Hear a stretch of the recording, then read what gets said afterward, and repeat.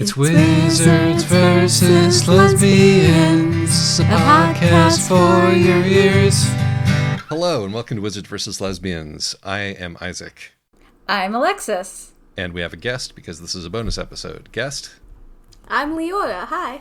Hello. So today we are talking about The Nightbird's Feather by Jenna Moran. And disclaimer before we go any further, Jenna is a friend of ours. So if Jenna was my housemate for over a year. Yeah, so if you're looking to us for objective, critical... Leora has never met her, though. This is one of the things that qualifies Leora to be a guest expert. Yes, okay, that works.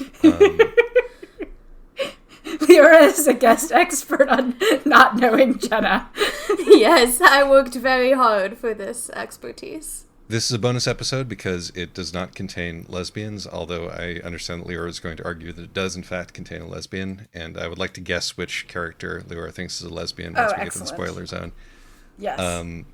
But before that, we should do the plot. And Wait, does it contain wizards? Yes, so many wizards. It contains so many wizards. No shortage of wizards in this book. But yes, traditionally the guest tries to do the plot. So, Leora, would you care to indulge us? Oh my goodness, that's I'm not sure I was prepared for this. Let's see. This book features a family who communicate with each other through dreams. That's one thing. It also is set... Wait, back up a minute. This book features two different far and sunless lands, one of which is death, probably, and the other of which is just this sort of fantasy islandy thing that is accessible by Earth, but does not, at the beginning of the book, have a sun. Everything is just visible all the time. And there are vampires and dream witches, and a lot of things happen. It involves a lot of philosophy about what the nature of sentience is, as well as some actual eating, drinking of blood, and blowing people up, and using the intensity of your own disgust at the grossness of embodiment as a weapon, hopefully for good. And if that leaves you very confused about what this book is about, it's that kind of book. Let me give that a shot. Okay. So this book is mostly about Valentina Grigorievna Sosunova, who is the perhaps the strongest member of a magical family, the Sosunovs, who have magic that deals with dreams. They are witch hunters, general dream magicians, and can communicate to their loved ones across space and across time through dreams. Valentina has an extremely rough life out here in the town of Fortitude, which is the sunless land that Leora mentioned. And it is her process of seeking and finally attaining enlightenment that is the main arc of the book. I would describe this book as a series of interlinked fairy tales, some of which are more philosophical than others, they do all center around Valentina in one way or another, but in some cases she's a fairly distant figure. But yeah, it's... Why should you read this book? Let's start with that. It's real good. It's a real good book. It's not a book that you can just gulp down. This book has to be taken in little chunks, but it's very funny, which is helpful. I would like to say that actually you can gulp this book down, but it will leave you slightly dazed and give you really strange dreams during the period in which you were gulping it down. I wouldn't recommend gulping this book down. I reread this book in the last 36 hours, and I would not recommend that method of approaching it. No, you seem dazed. Yeah, also, Leora usually reads 3 or 4 books over Shabbos, and she only read this one plus a novelette. Yeah, we were going to do we were going to do this one while while Kiana and I were visiting you two, and and I was like, I could probably get through the rest of the book before tomorrow, and you guys were like, no, you can't do that. Absolutely and you were right. So I suppose that's both a reason to read and a reason not to read this book. Yes. It's funny. It is funny. It is clever. It may occasionally verge on too clever. There's some jokes that are just too cute. But your tolerance for such things will vary, so the point is probably moot. It has a lot of philosophical rumination, as you mentioned, about the nature of consciousness and life and death. It's not really a puzzle. The ending. Isaac disagrees. Ooh. Oh, we can have a debate. We'll talk about it. It's a bit of a puzzle box book, but not one that can be solved. So that's another thing that could be a reason to read it or a reason not to read it, because this is I'm going to put down a sort of my flag, and I think this, despite the fact that it's about Russians, that this is an extremely Buddhist text, and as such, it is trying to confuse you into enlightenment more than it is trying to lead you there in a straight line. One reason I might interpret the text this way is when I was depressed in college, I thought that maybe enlightenment would solve my problems, so I took up Zazen meditation, among other things.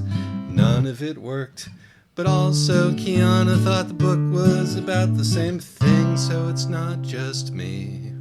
The lamp which can be transmitted is not the lamp that can be described, or however that goes. So I would say that in a strange way, there are parts of this book that are like Hong Meng in that specific way, in which it is not trying to lead you to Buddhism, to enlightenment through a straight path. It is more leading you to enlightenment by blurring the lines between fiction and reality in your head, such that you realize the essentially fictional nature of, dreamlike nature of reality, and thus achieve freedom from, well, in the case of Hong Meng, from love, in the case of the Nightbird's Feather, from reality. Well, in some respects, also love. Yeah, and embodiment. Yes. As to why you shouldn't read this book, there are a couple of things. Long. It's quite long. It is a challenge. It may make you angry because it's very clever, and most people don't get angry just because something is clever, but it's true. Some people do, like you. Some people absolutely do. Some people feel like they're being talked down to. I told you all this, but just mentioning Jenna's name was enough to create a giant argument in a Discord that I was in the other day, which was largely between people I don't want to say that the author is dead, because, she's a good friend of mine. Let us say that the author is absent from this conversation.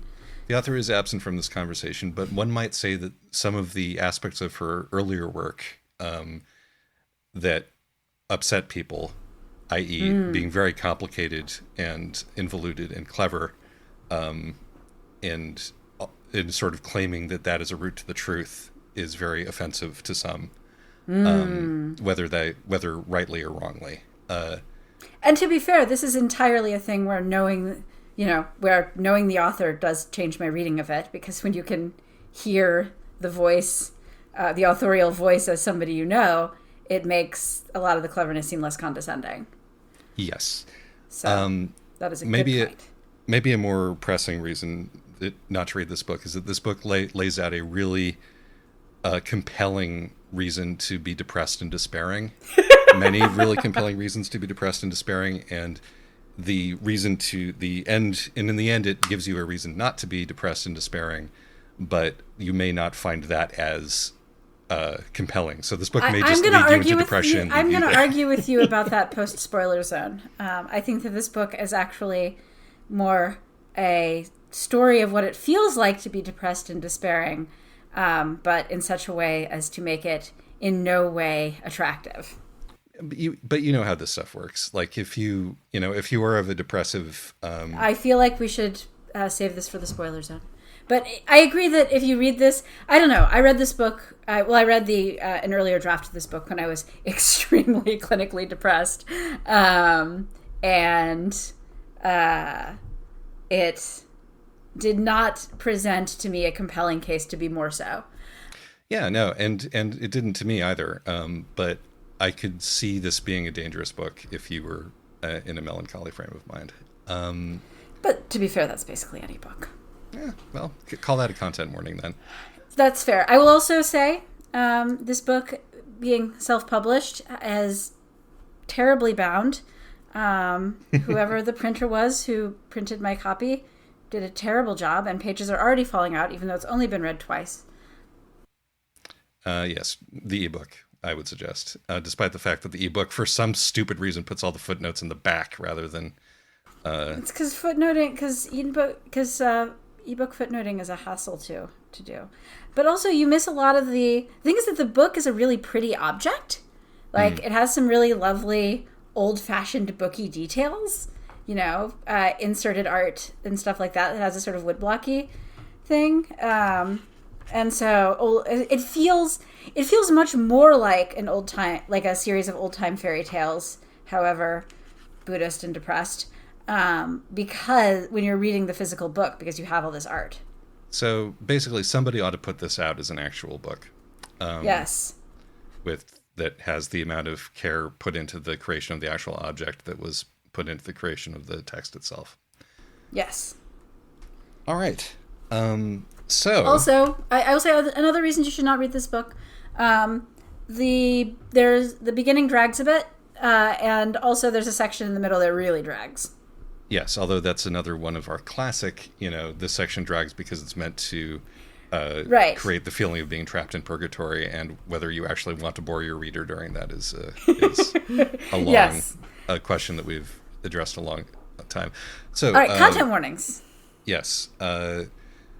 Bad families, bad parents, body horror, abandonment of children, body horror, psychological torture. Violence against birds, though to be fair, the bird totally deserved it. Oh yeah, I'm not gonna concept warning that. But violence. There's the bits of violence. There's some fairly stark bits of violence. And content warning school. Content warning vampires. And also. You're right. It's regardless of whether or not it makes a case for being depressed, it's very evocative of depression. So.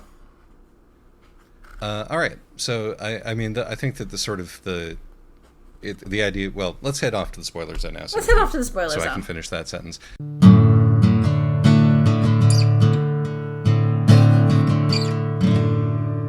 Spoiler zone. I think the book is positing that you get to enlightenment through depression, which is not necessarily untrue. But also, I think this book is more about people who need enlightenment because they are depressed. Right. So I don't think that it's about getting to enlightenment by depression, because all the depression parts are really long and draggy, and the parts afterwards, nobody's enlightened. It doesn't feel like anybody's enlightened by their suffering. In fact, in many cases, their suffering is used as a weapon against them. Also, our first intro to a character who reaches enlightenment, which is this great ancestress of Valentina, Maruna Susanova, she's not described as having experienced depression of any kind, and she reaches enlightenment by learning to see through the back of her eyes like the front of them. Yes. And realizing that she is beautiful. If this was such a revelation to her, she must not have thought that she was beautiful before that moment. Which means she was either very practical or kind of sad. I think if anything, enlightenment is a way, enlightenment is what happens... what becomes possible when you are no longer depressed, or at least when you can deal with your depression enough to start taking action against it. Yes, ish. The most of these characters specifically go into the worst thing, and spend a lot of time in the worst thing, and then get slightly better. And then it's when they're getting slightly better that they have a shot at some actual change. There's a lot of, sort of eternal return stuff where you're making the pilgrimage to, in this case, the land of death, or various other dangerous places, and you have a chance of getting out of there with what you came for, but it's going to take you a bunch of tries. And while we do have a character that sort of just becomes enlightened, that's she's not actually in this book. She's merely an example for other people in this book. Right, but that's the thing, is that she's presenting this example, both inside and outside the book, that the depression is not the part that leads to enlightenment. It's just dealing with the depression as starting to deal with the depression is a necessary precondition. And starting to recover a little bit, is a precondition to enlightenment. I think that, it's not necessary. How the characters in this book deal with their problems is generally, it's a big theme of this book is you do actually have to ask for help. Yes, that is explicit more than once. That happens over and over again, and I want to circle back to that, but it does not make that none of the characters that we get to know in this book get the easy path. We'll put it that way. Right, but I really feel like that there's a distinction between a book about something and a book that endorses something, and I feel like this is a book about depression. I never said this book endorses depression. This book lays out all of the reasons that these characters feel despair, and I think that a reader who is inclined to despair might take those to heart. That is all. Or might find it cathartic, like I did. That's entirely possible. These are possibilities, and this is the kind of book where different people are going, as we are seeing now, different people are going to come in to it and take away very different things because it's very complex and has a lot of angles and corners. Yes, agreed. Mm-hmm. So let's talk about the theme of asking for help. Before we do that, can I guess who the lesbian is? Sure. We can, in fact, switch to talking about that character. It's Mrs. Senko. Oh, fascinating. I'm so excited to talk about this. I was thinking about trying to construct a case for Mrs. Senko being a lesbian, but I knew that I was pretty sure that Leora's lesbian was going to be Svetlana. So, I have Svetlana, the agoraphobic vampire, for our listeners who've not read the book. So, first of all, Svetlana, I think, is a lesbian. I'm not going to argue against Mrs. Senko being a lesbian. In fact, I do have arguments for that, too. And I also have a proposal that Aprosinia is, if not a lesbian, coded queer because of her arc. All of the Sosunovs are coded queer. Yeah. Well, sure. Yes. So I specifically first was going to talk about Svetlana, who's the agoraphobic vampire. Partially, she's the character who we have the most evidence for possibly being a lesbian, in that she has a close healing relationship with another female character that involves them moving in together at the end, and both of them positively changing each other's lives such that they actually get a happy ending. Plus, I think the whole agoraphobic vampire thing is really fascinating because the vampires in this book are clearly wizards. Their whole thing is that they make humans afraid, and they have this fundamental belief in this inherent superiority of vampires. And Svetlana is this complete failure of a vampire by vampire standards, where other vampires are like, you have to be invited in. Svetlana is terrified of stepping outside. It has to be like lured She has outside. to be lured outside, and where others are, spreading fear and just have this like radius of, if you come too close to me, you will be afraid. Svetlana is just afraid of everything. Like not having enough nautical barometers, even though she has 15. But what if she needs a 16th one day? And I feel that in that way she becomes an anti-opposite wizard. This postulates that the opposite of a wizard is a hoarder. I'm not sure. And that's also very lesbian of her in the context of this podcast. And that's true. my argument for Svetlana. No, I'm very much compelled by that argument. But yeah, no, it's Svetlana, because this book is kind of inexplicably full of vampires. Svetlana is there to sort of partially to demonstrate, not all vampires, which is nice. But also and like I felt that like the vampires here were kind of our capitalist wizards. Right. Oh, absolutely. More than anything else. And Isaac, I'm just going to interject briefly. Of course they're vampires. It's a sunless land. It's too good an opportunity for vampires to pass up. Yes. There's in-universe explanations and out-of-universe explanations. Well, it's also in universe that the sun comes back because the demons are really annoyed at the vampires and are like, no, we're no longer giving you this. I think that it's also useful to have vampires because it's engaging with different kinds of fairy tale and and fictional monster archetypes as metaphors for family problems. Anyway, you were sorry. We interjected. I'm sorry. Please finish your thought. It's okay. All right. So let's go back to talk about asking for help. Near the end of the book, it says that all of Fortitude's children have particular attributes, and one of those attributes is that, and they're smart and considerate and thoughtful and kind and the whole Boy Scout oath, but they all are really bad at asking for help, and they are all in that sense children who have had to grow up too fast, because everybody's parents are not doing a good job of taking care of their kids here, sometimes for completely understandable reasons and sometimes for very selfish reasons.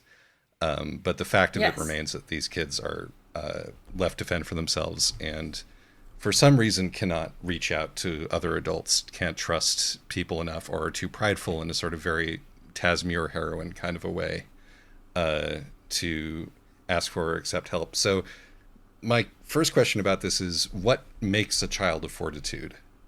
What is it that creates this kind of child? Because what we see is that it's mostly neglect. Yes, it's mostly what creates a child of fortitude is the adults of fortitude failing.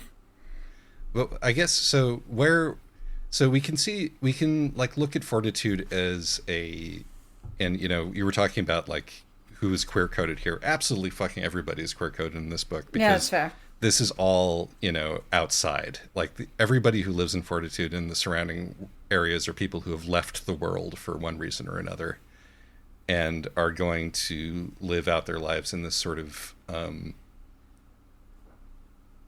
beyond place, which is just east of death. You can walk to death from there if you're strong enough.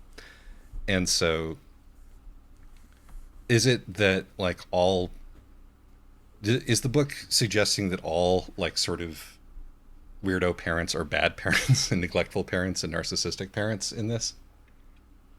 No, it's because some weirdo parents are unable to care for their kids for perfectly reasonable, perfectly understandable reasons, like being trapped in the dream egg of a heron witch. And before they get trapped in the dream egg of the heron witch, honestly, they're still not very good parents. They're still not doing a great job.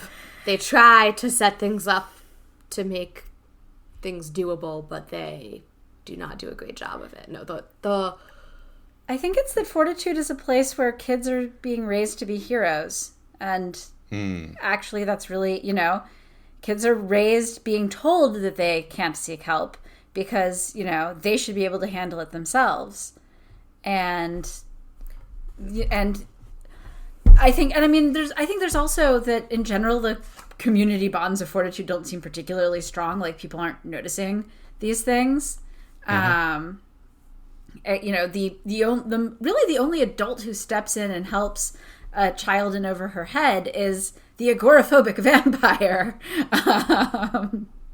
Yes, who's not herself a parent. Exactly. And certainly is not going to be. Right, exactly. And even in the vampire sense of siring people. Right, especially in the vampire sense of siring people. And so, but I mean, one of the things that she does to show us, that Svetlana does to show us when she's helping Evgenia, is that, community can at least step in and help these kids if there's community there. But, like all the Sosunov kids are being raised being told that the community's safety is on them and they should never seek help from the community, which, is a really great, abusive isolation technique. Yeah. And Mrs. Senko makes that explicit in the prologue. Right. Before we even get to, meeting Valentina, before we get to what is chapter 1, we have this scene in the classroom set some several hundred years after most of the events of the book, where Mrs. Senko, who is herself quite a wizard, and the daughter of the Lord of Death's dominion. Death. She's Death's daughter and very witchy, and she has this whole class discussion in which they're making pros and cons of heroism and witch fighting, and she when somebody suggests that it's a good thing to be one of the people who protects and to be a hero, she translates that as reducing the burden on the vast unthinking herd we name society, and says that, that's the one pro she can find. She's extremely explicit that it's a well-established, commonly understood moral principle that, it's great for a hero to come along and get crushed under the vast weight of everything. And Mrs. Senko is not what we might call a good guy in the text. I disagree. No, well, guess who my favorite character was? Guess who I want to be when I grow up? Of course. Yeah. But yes, we can definitely talk about that when we talk about Mrs. Senko. Alexis, I think that you really put your finger on it when you said that these children are being raised to be heroes, because there are a lot of reasons that a kid can be raised to be a hero, and there are a lot of more or less ethically supportable reasons why a kid might be raised to be a hero. Mm-hmm. From you're being homeschooled because society is evil and corrupt, and you're being raised to be a bulwark against it for religious reasons or wacko reasons. Mm-hmm. It's very, very important that you be special because all of our family are doctors or heroes or firefighters or whatever. Right. Or tennis players. And it's like, the common denominator of all of the various reasons why a kid could be raised to be a hero is that it does a fucking number on the kid. And if the kid does in fact grow up to be a hero, they generally do not grow up to be happy. And so I think that this book is in a lot of ways a response to that. I think it's also a book about, I think another reason why you could raise your kid to be a hero, in quotes, is if you are in some way permanently outside of society.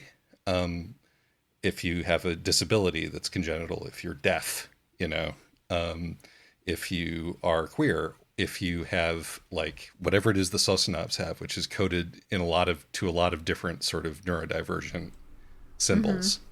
Mm-hmm.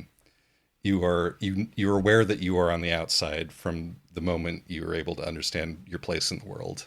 And that has a profound effect on you, particularly if all of the adults also think that's true. Right. But it still does a number on the kids. Yeah, one of the points of this book is that no matter why this happens, it's not a fun way to grow up. Yeah, and that, but I think that part of the other thing is that it doesn't matter why it happens. It's also not a fun way to be an adult because it's actually incredibly egocentric and self-damaging. Always. Yes. It's saying that because not only is it you can't seek help, if you're too weak to deal with your problems, then then you don't deserve to survive. But it's also, as Mrs. Senko identifies, to make yourself a hero is to make everyone around you the vast unthinking herd we call society. What if you actually are the only one who's right? What if you actually are the very special child? What if everyone else is a sucker, you're the only one who sees past the lies? And what if it's very important to your family that you are this way? And you'll vastly disappoint them if you admit that you're not that special. Yes, exactly. Another thing the book says about that is,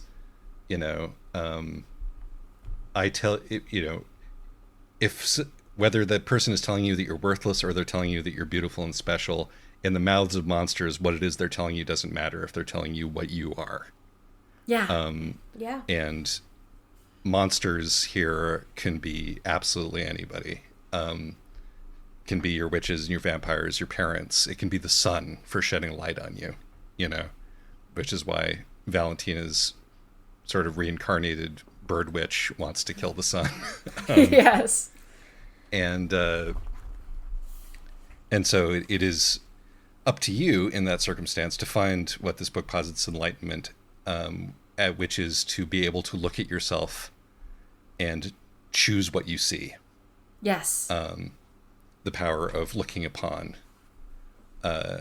is your way out of that, which seems, as the book says, like a very simple thing, but is incredibly difficult to internalize. It can take a lifetime or several lifetimes to get. And the book shows how difficult it is to internalize. I mean, the first fairy tale we get is Valentina and the Heron Witch, where her entire family has been encased in dream eggs, and she is trying to take care of her entire comatose family while also providing emotional labor to the Heron Witch that has put them all in a coma. And she keeps trying, she knows this is something that her family can do. She's already set up to believe that she has this special power, and she just can't do it for so long. And, this is one of those things where I felt like the story was a bit of a slog at times, that this story within the book, but it does really drive home that, it does not, that narration can make something like that seem really easy. But there's also a long, grueling slog where you never actually know if you're going to succeed or not at the end. Yeah, agreed. So there's a lot of eggs in this book? Well, I mean, I can give you so setting aside any consideration of the author, yes, there is that one. So setting aside, yes, just no. I was thinking of the fact that Jenna likes Utena, but I'm going to edit this out, but there was a moment in the book that made me think, oh right, Jenna has read my Utena live blog. Yes. There's what felt like a deliberate reference, but I don't remember what it was. Anyway, yes. Go ahead. But so setting aside the Utena symbolism, it's for the same kind of reason, is that the egg can be both nurturing and also confining, and that it's, this necessary stage, but if you can't break out of it, you will die. Yes. This is true. This is why eggs are also a metaphor for being trans. Yes. And, there's a whole thing in nature with the birds who need to, you also get that same asking for help thing, that you've got the bird who has the very sharp thing, and there's a thing that you're not supposed to break eggs to help the little baby bird get out, because if they can't get out themselves, they're not equipped for survival. So if a chick can pip but it doesn't zip, it might be a sticky chick, or it might be shrink wrapped, in which case check for the following criteria. If it's been more than 24 hours since the chick internally pipped and the other chickens have hatched, or it's externally pipped but is obviously shrink-wrapped, or if you opened the incubator during lockdown and see the membrane stuck to your chick, or if your incubator was set at too high of a humidity throughout incubation and your chick has hardened fluid stuck to it, well, then you might help them. Not all struggling chicks need assistance with hatching. Chicks with certain problems are usually weaker. If you do decide to help, be prepared to raise a chick with special needs.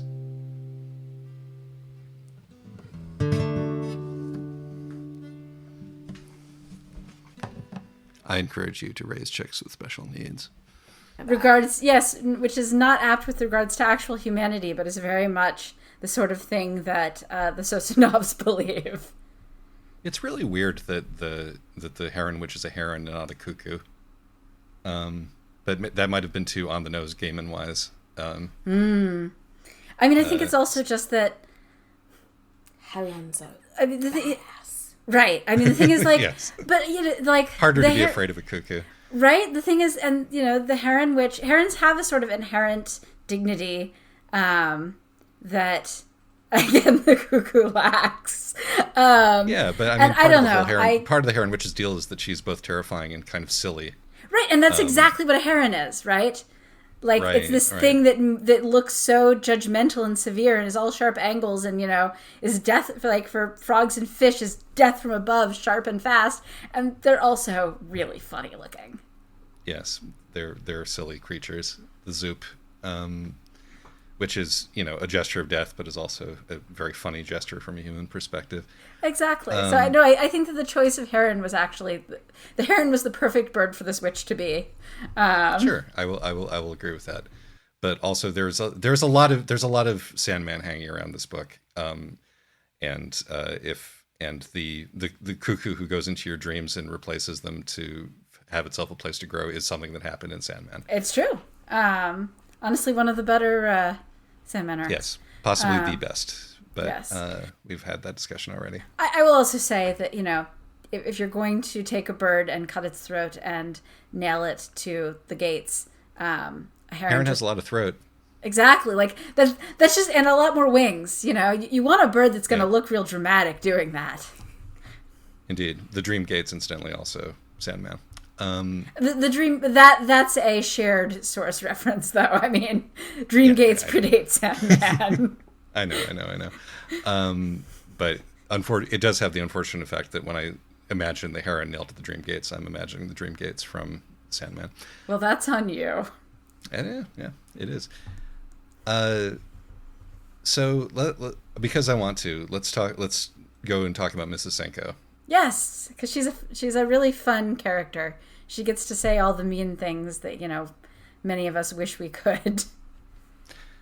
Well, I mean, her sort of defining thing for me is I mean, it's actually the reason that I'm like, ooh, that's me. I want Mrs. Senko reminds me of me is that Mrs. Senko's way of dealing with the special children that are given to her is to cruelly take away their coping mechanisms and drive them into despair. But you know, in the hopes of eventually bringing them back out again.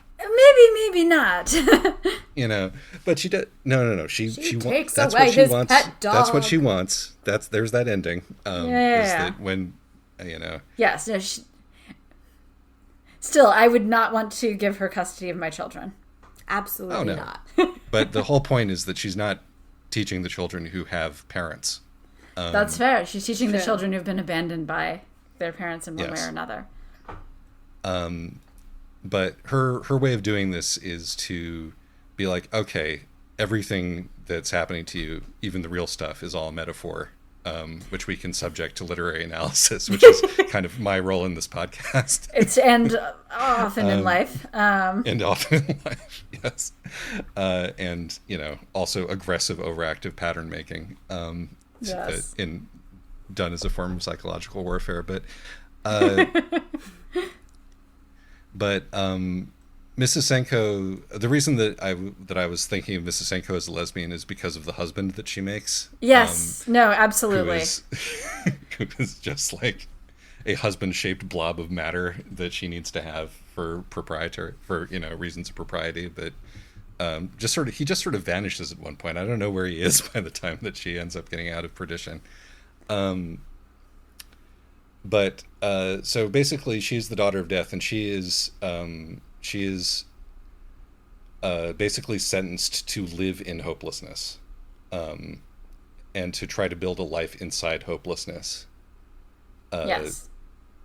For no reason beyond that she's the daughter of the Lord of Death's dominion, and he's not a nice person. There really aren't any good parents in this book.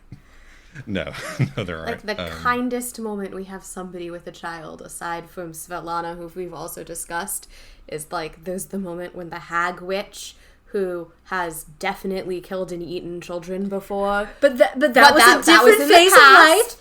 But that's in the past. We've moved on. We're not going to talk about any children who may or may not have been consumed. We're going to talk about jam. And she hurt just people, helps the kid who's having nightmares by writing her dreams and bringing her to a quiet place. And that's one of the pivotal moments of kindness to a child in this book. So that's the bar we're setting here. The bar set real low. Yes. The other one is to smash through the window as the night bird and to bring the parent back to life, but kind of weird. Anyway, Mrs. Senko gets a job as a teacher at the school which is run by the King of Evil, which is hilarious. Mm-hmm. And it's like her goals are not the same as the goals of the Lord of Evil, who wishes to turn children into automata that can be useful to capitalism. She also wants to grind children down, but her hope is to make essentially revolutionaries, seers. Is it though? Yes, it is. Thank you very much.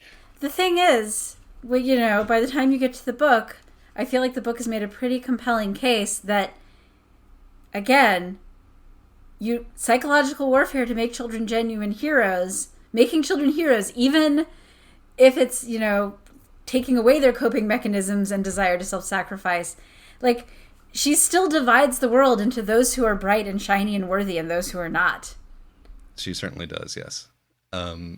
Although she, at the same time, makes fun of people for thinking that way, because Mrs. Senko, Definitely any good teacher, has her cake and eats it. Yes. Actually, it's interesting that we were talking about Sandman a minute ago with this, because I thought that the character that Mrs. Senko most reminded me of, in very interesting opposite ways, is from Discworld, not Pratchett, not Gaiman, which is Susan, who's Death's granddaughter, who is in many ways also this... Who's also a stern teacher type. A very stern teacher type who's set on, giving her students the tools to fight their own battles.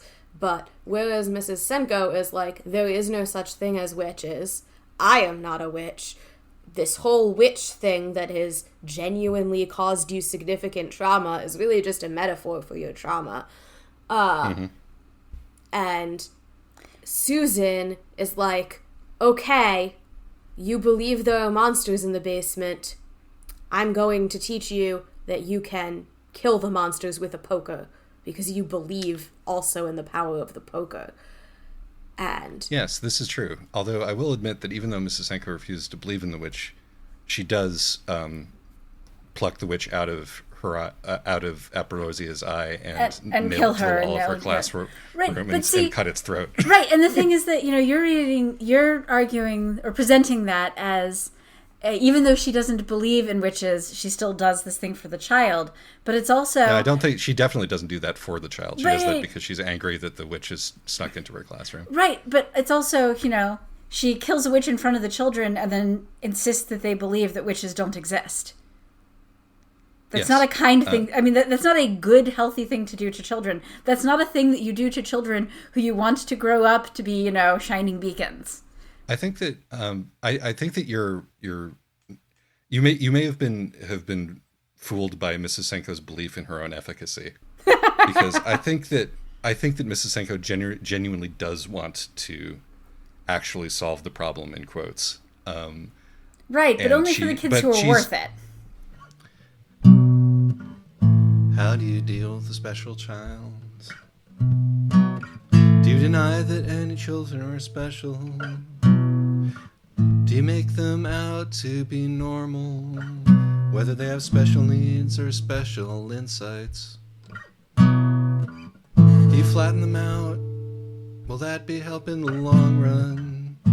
Not raising them to think that they're heroes or monsters. Except what if they really are heroes or monsters? Yeah, A, only for the kids who are worth it. B, all of the techniques that she knows to get to this point, she learned by trying to live in perdition. And fight the glum. For years. And fight the glum. And speaking of a long, extended, and somewhat boring metaphor for depression. There you go.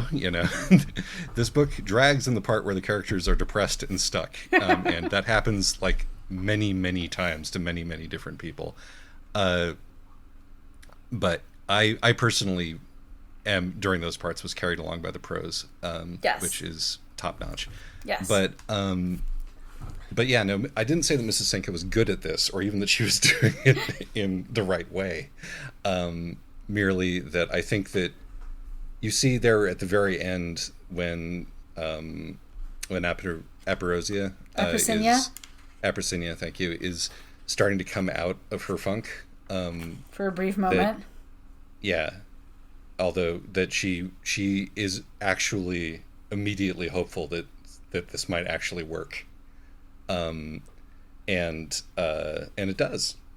Although arguably, well, we don't know if it does or not. Yes, I think that based on everything that the book has said, it does.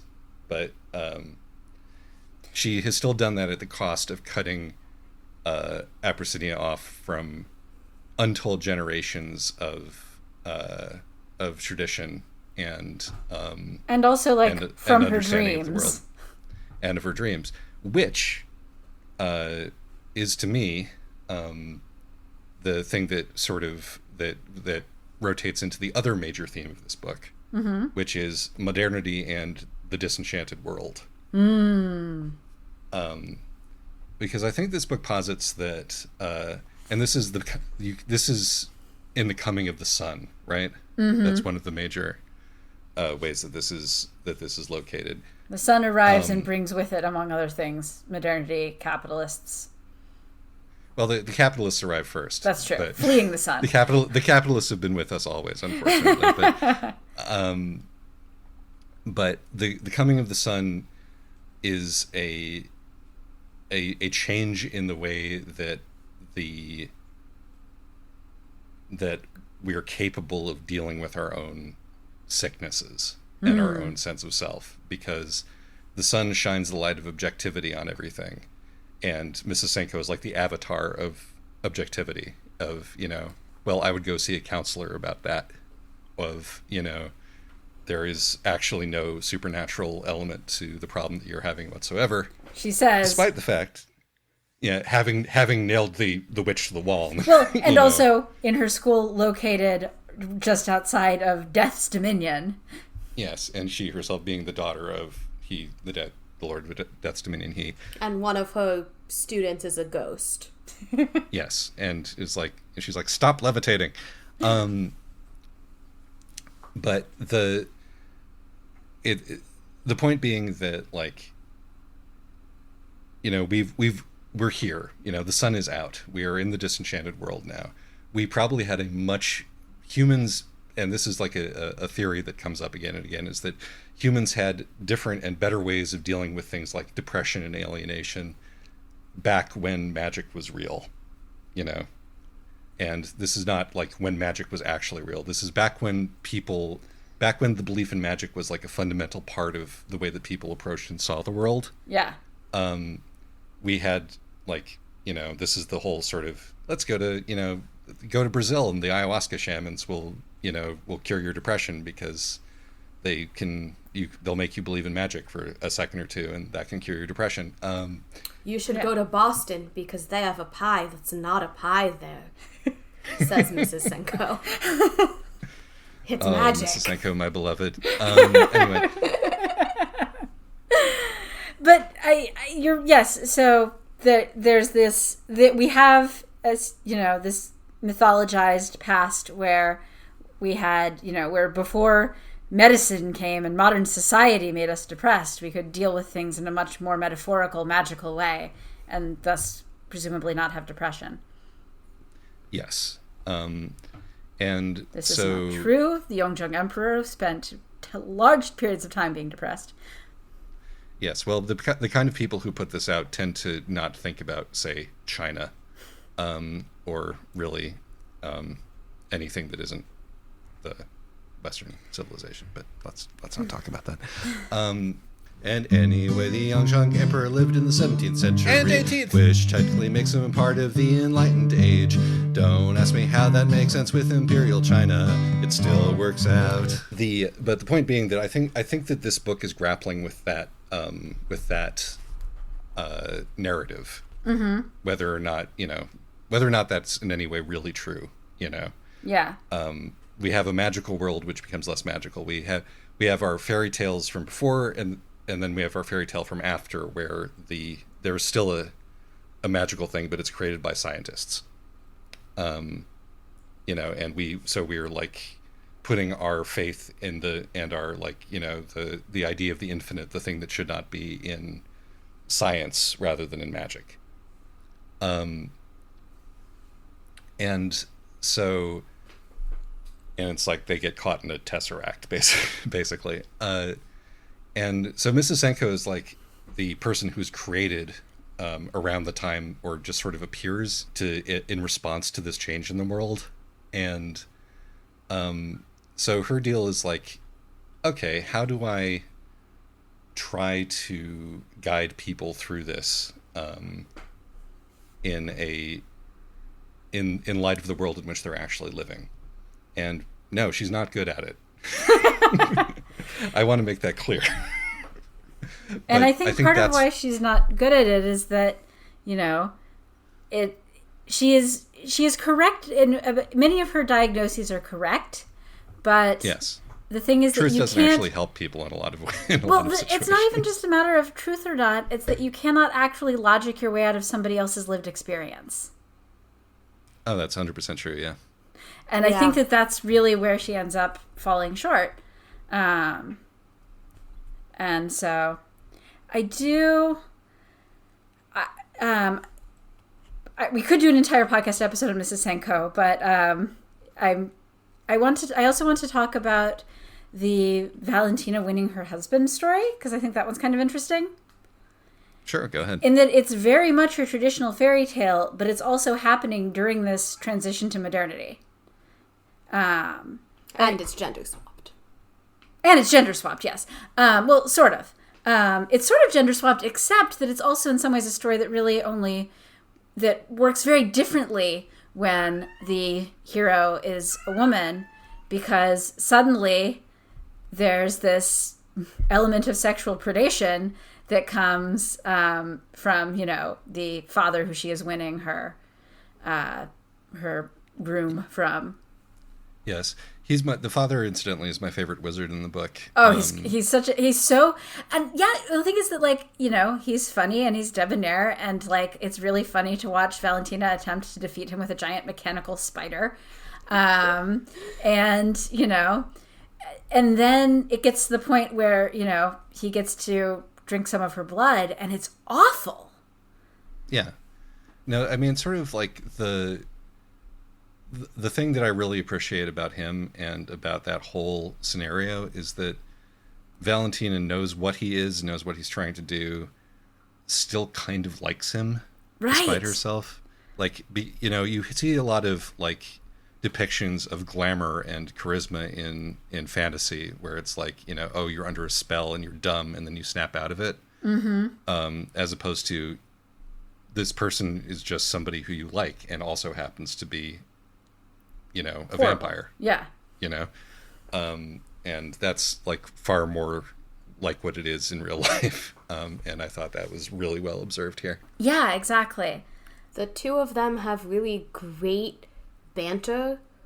That's friendly banter. While, she's in the middle of attempting an impossible task and he is actively sabotaging her attempts because this is the next thing she needs to do in order to win her groom. Yeah. Another element of content warning school there because, that's that professor. Yeah. And then you get to see him do something really horrible to Valentina, and she's still not ready to give up the banter yet. Yeah. Although I think to some extent the banter is as much her coping mechanism as her really liking him, because as long as she can keep bantering, she feels like, he's still interested in her as a person and not just as, a curious object. And whether or not that's true, my read of that is that it makes her feel more secure in who she is, because Valentina Gregorovich Gregorevna Susanova is the kind of person who can always banter, and that makes her hold on to herself even when she's terrified. This is true. Although he does genuinely make her laugh. Yeah. Also true. True. These dynamics are really complicated and hard for the people who are in them, and sometimes the thing that you're doing to keep yourself alive and together also just is funny. But also can end up, being self-sabotaging. Agreed. But yeah, no, that was definitely one of my favorite sequences in the book. Yeah. It's harrowing, but it's a really good sequence. Another, since we're getting to the point of miscellaneous notes, I'm going to steal Leora's miscellaneous note of pointing out that Leora successfully identified the Jewish characters in the book. Yes, I was going to complain that this book definitely has Christianity but not Jews. But in fact, it is my argument that the Selkies are Jewish because their names are Avram and Maria, and also because being a Selkie who has the magical power to no longer turn into a seal actually works as a fairly good metaphor for post-temple Judaism. Right? It feels like a real diasporic identity there. Yeah. Yes. It's not that hard, authors. You can do this. Plus, I like they don't have to be major characters, but thanks for putting them in. Yeah, one of the other things that I really liked about those two, briefly, which, for those of you who have not read the book, the sister, and this is the one who I am imagining is Svetlana's spouse, is that we, get an example of siblings who bicker and tease each other and love each other really much and aren't terrible at it, which is specifically important in Svetlana's narrative because It shows her an alternative. Right. Svetlana's particular abusers are not parents, they're her older sisters. But I think it also provides a valuable counterbalance to a book with a lot of only children who are really struggling. Or children who, may have siblings, but whose siblings are also not in their lives for one reason or another. Such as being in a heron egg inside the dream heron witch. Yes. Miscellaneous notes wise, I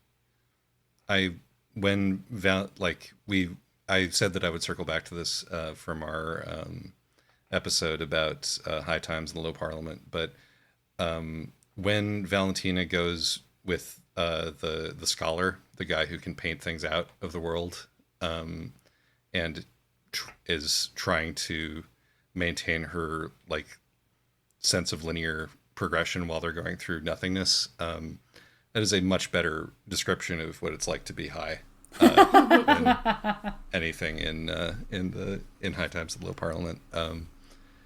And also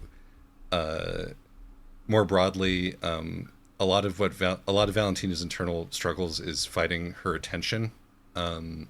In a sort of, you could say it's a struggle with executive function, but her inability to pay attention to the thing that she needs to pay attention to, which is like a huge trauma thing, right? And also a huge ADHD thing. And a huge ADHD thing, and maybe they're connected, who knows? Your brain is trying to protect you on a preconscious level from looking at the thing which will hurt you, which makes it very hard to think about the thing that you really, really need to think about if you're gonna, fix this. Or conversely, is prodding you to keep looking at the thing that will hurt you. Yes, and I think Valentina has both of those issues. One with the moment of enlightenment, and the other with her body. Yeah, I was going to say, actually, let's pivot to a moment and talk about embodiment. Yes, no. So this is the level upon which this book didn't actually work for me, because its relationship with the physical is not one that I agree with, or relate to. But I found it very relatable. Yes, I understand that my experience is not. I did not find it relatable, but I did find it valuable to understand a different perspective, and I got it. It's not my experience of embodiment most of the time anyway. I've actually been on both sides of this over the course of my life. I've much preferred on this side of it. I used to want to escape my body. I used to wish my body was something else. And then I learned to engage my core. I understand this is not going to work for everyone, but you can still find joy in your embodiment. Even if you sometimes want to cut your legs off because of the chronic pain. It's weird. I don't know how to explain it. It's one of them untransmissible experiences, But yes, no. Valentina spends most of her life in a despair that she can't, that sort of rides under everything else, because she is fundamentally unable to turn her attention away from the fact that she's in a body, which she finds disgusting and unpleasant, and undignified, Right, I thought that you would have appreciated the fact that, part of the journey of this book is coming to terms with the fact that you were made out of meat. Yeah, but the thing, my perspective is that it's not just coming to terms with it, you should celebrate it. But that's neither here nor there. It does mean that I was, there were a lot of times in this book where, actually, much like when we were talking about Some Desperate Glory, it's just stop thinking about honor. I was just calm down and accept that you're an animal. This will help you tremendously. Well, but part of the way in which Valentina has been screwed up is that she's supposed to be this being of pure spirit and dream and honor and valor. Yes. And so all of these qualities with a capital Q. Right, and that is going to defeat her inability to accept, because yes, some people are capable of celebrating their meat, and some people, the best we can hope for is to come to terms with it. Yes. And she eventually comes to terms with it, and is even able to, in certain ways, weaponize it. But her happy ending is breaking free of her meat. That's true. But wouldn't we all like to turn into a bird and go attack the sun? No. Yeah. Some of us are okay having bodies. The bird's also a body. Exactly. Yeah. And the bird can fly. Exactly. No, You tempt me, but I turn my face away from you. The bird starves. It's dying. It's not a healthy model. That is true. Well, and that's the night bird, which, by the way, was on my list of things to discuss, is that this book that has so many different images and things going on is titled The Night Bird's Feather, and, the night bird itself comes towards the end of the book and is a much smaller narrative thing. Well, that's good. That's because the book itself is just Abyssinia's story, which could be called The Nightbird's Feather. It just happens to be full of a load of nested digressions about Valentina. Yes. That's compelling. Yeah. Well, and part of it's because you need this load of nested digressions about Valentina to understand what, her descendant, who's grown up with her as a model, has to deal with. And also all the ways in which even, being the great hero really was terrible. Indeed. Like, Valentina did not live a particularly happy life. Actually, I did want to say that it is interesting that given her, difficult relationship with her own body, that she accepts having fallen in love with this guy. Not happily, you know, but she does accept falling in love with the guy, although she does have children of her own, right? Yeah, because Abyssinia is descended from her. There's a whole bit there where she's like, I know I'm immortal because I've been visited in dreams by my great-grandchildren and I haven't had any children exactly. yet. QED, reason tells me.